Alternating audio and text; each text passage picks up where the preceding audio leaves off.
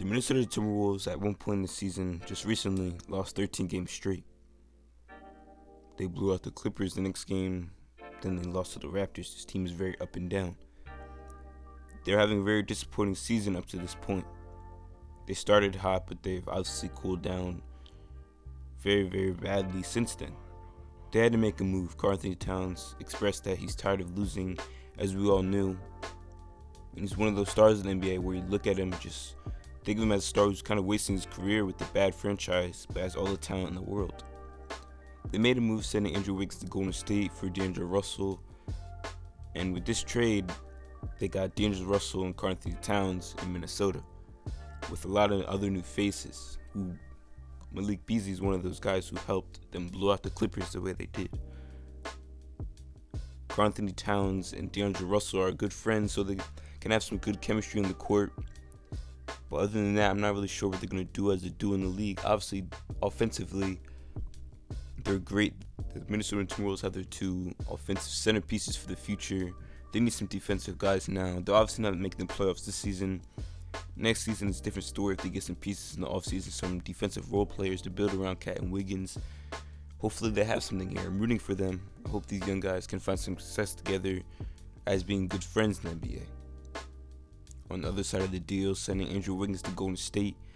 At this point in Andrew Wiggins' career, he's been a disappointment. Coming out of college for the Cleveland Cavaliers, then trade to the Minnesota Timberwolves for Kevin Love. He's been having a disappointing start to his career so far. If you ask people when he was drafted, if he would be a star in his second or in his fifth, sixth season, most people would say yes, because he had so much potential coming out of college. I'm thinking in this Golden State system, he can start moving towards that, being that player that people expect him to be at this point of his career. If he doesn't pan out in the Golden State Warriors championship winning culture, I don't think he ever really will.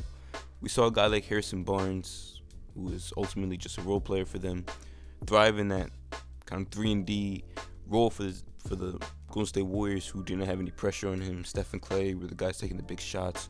I think Andrew Wiggins could be a more talented Harrison Barnes. That sounds bad, but he can too thrive in this Golden State Warriors role because he is much more talented than Harrison Barnes is. He just hasn't been able to show that in any type of way the Minnesota Timberwolves. Defensively, I think he can start to show more discipline being around Draymond Green, Klay Thompson, and he's going to be forced to if he wants to be a pivotal part of a potential Golden State Warriors championship next season.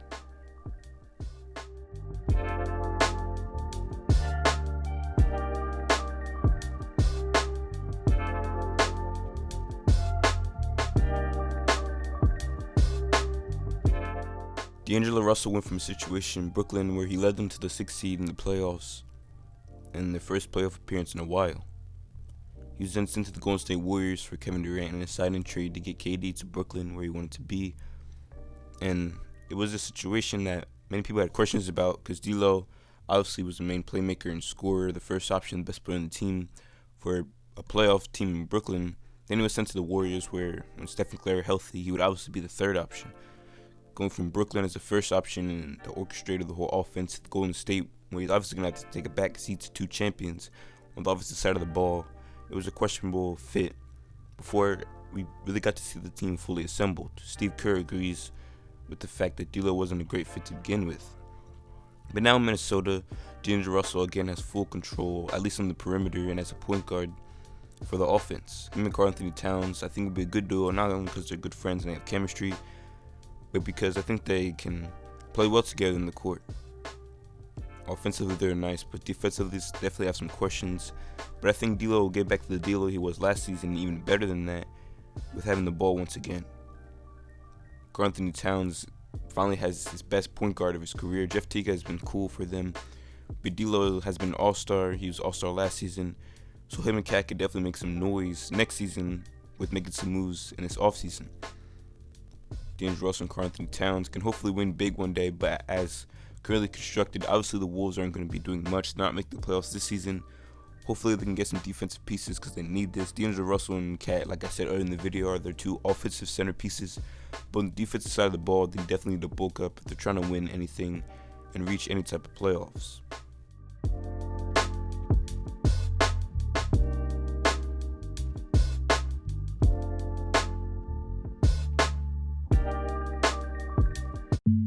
Who do you think was more of a winner from this trade, DAngelo Russell or Andrew Wiggins?